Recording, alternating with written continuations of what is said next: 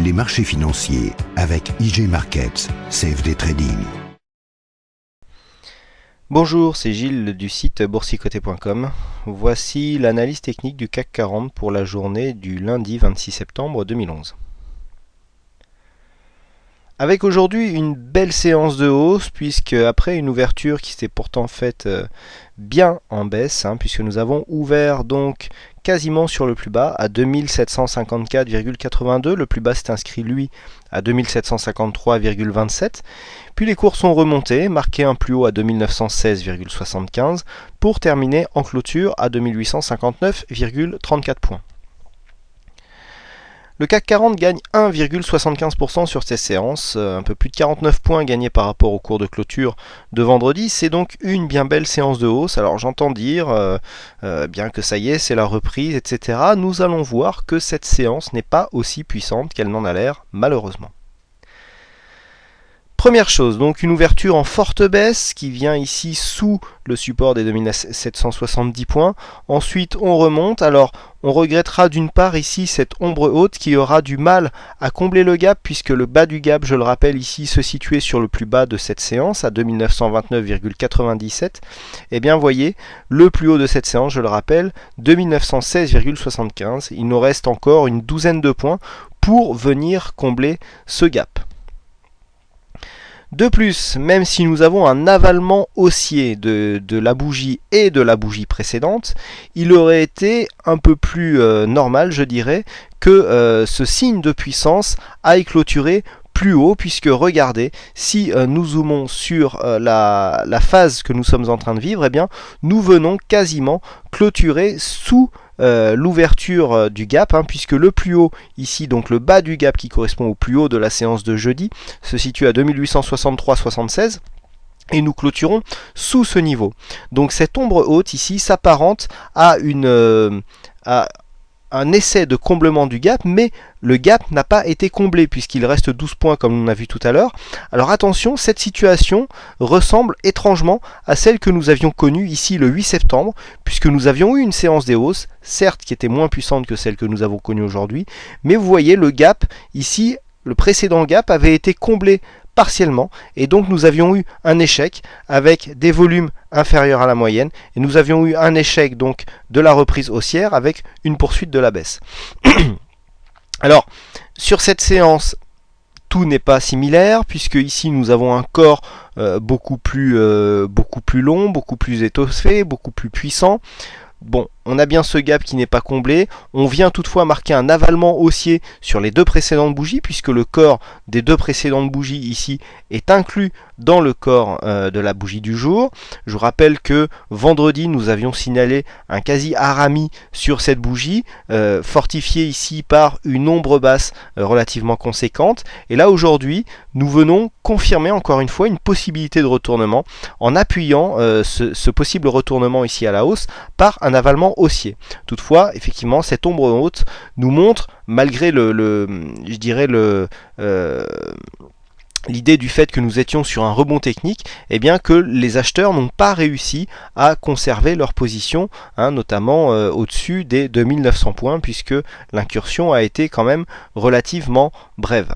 Donc attention, on est venu juste clôturer sur cette zone ici qui constituait une résistance. Donc tout à l'heure je vous parlais du bas du gap, c'est pour en venir là. Vous voyez, nous sommes venus tenter un comblement et puis finalement les cours sont venus, ne sont même pas venus clôturer à l'intérieur du gap. On est à l'extérieur du gap.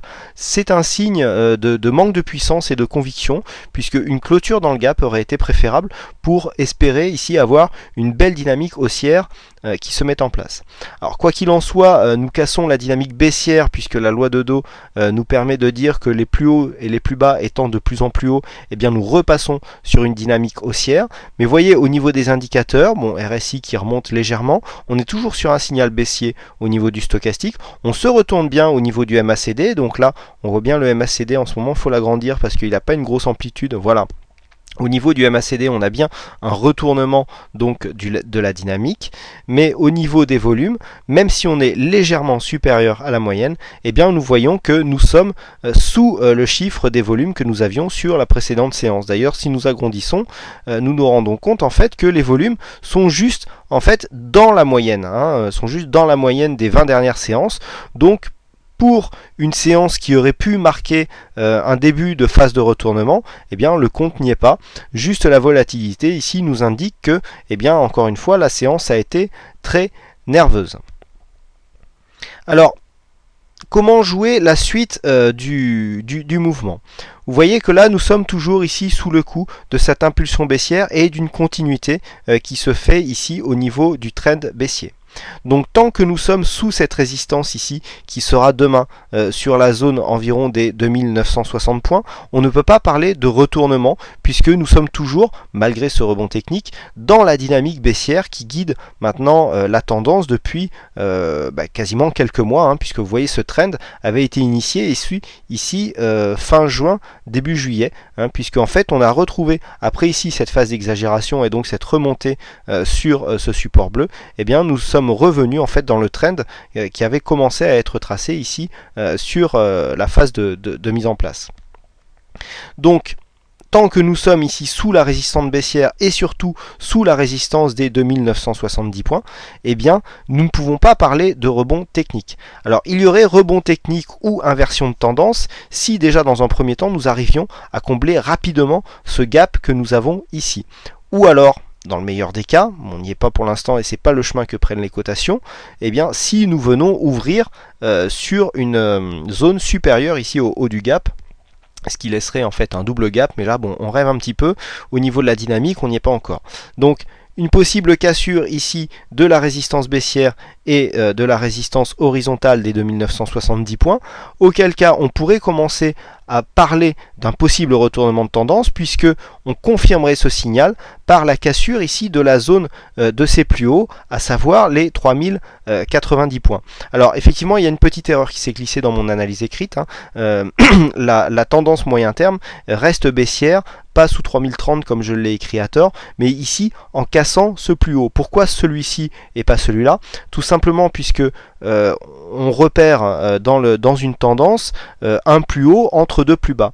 Les deux plus bas étant ici sur cette zone et ici sur la séance de vendredi. Le plus haut qui se situe entre ces deux plus bas, c'est bien ici sur cette bougie que nous le trouvons, puisque nous avons ici un plus haut à 3084,16 et sur la séance précédente à 3086,64.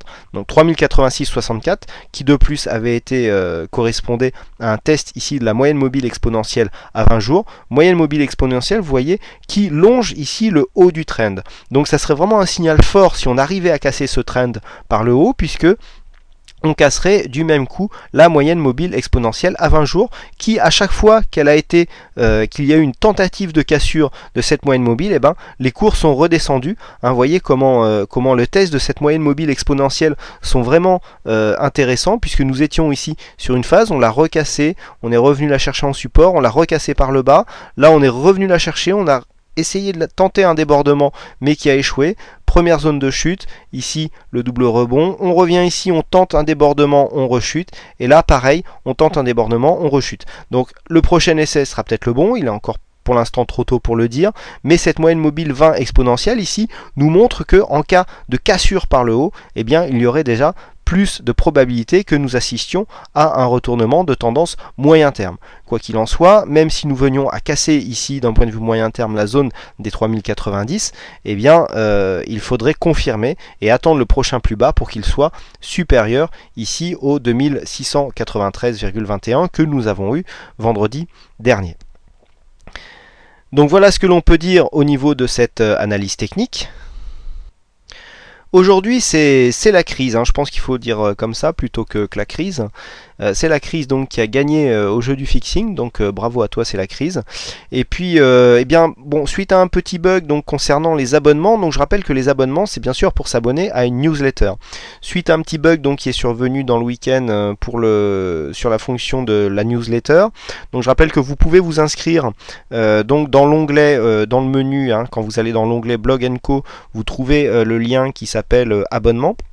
Donc si vous voulez vous abonner pardon, et donc recevoir par mail en temps réel la diffusion des analyses vidéo ou des analyses écrites, le mail vous envoie un lien qui vous fait accéder directement donc à ces publications. Donc vous abonnez à la newsletter en cochant le sujet de votre choix.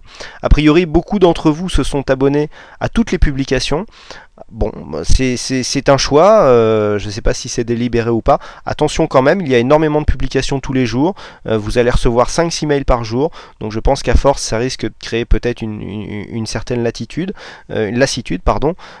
Donc essayez de bien sélectionner hein, les sujets auxquels vous voulez être abonné. Et donc pour accéder à cette fenêtre de réglage, justement pour vous abonner juste aux sujets qui vous conviennent, et bien au bas du mail il y a une fonction donc supprimer l'abonnement ou gérer son abonnement. Vous cliquez sur ce lien et vous arrivez donc sur une fenêtre où vous pouvez cocher juste les sujets auxquels vous voulez vous abonner. Voilà, c'est tout pour aujourd'hui. Il ne me reste plus qu'à vous souhaiter à toutes et à tous une bonne soirée, bonne chance dans vos trades, et je vous donne rendez-vous dès demain pour de...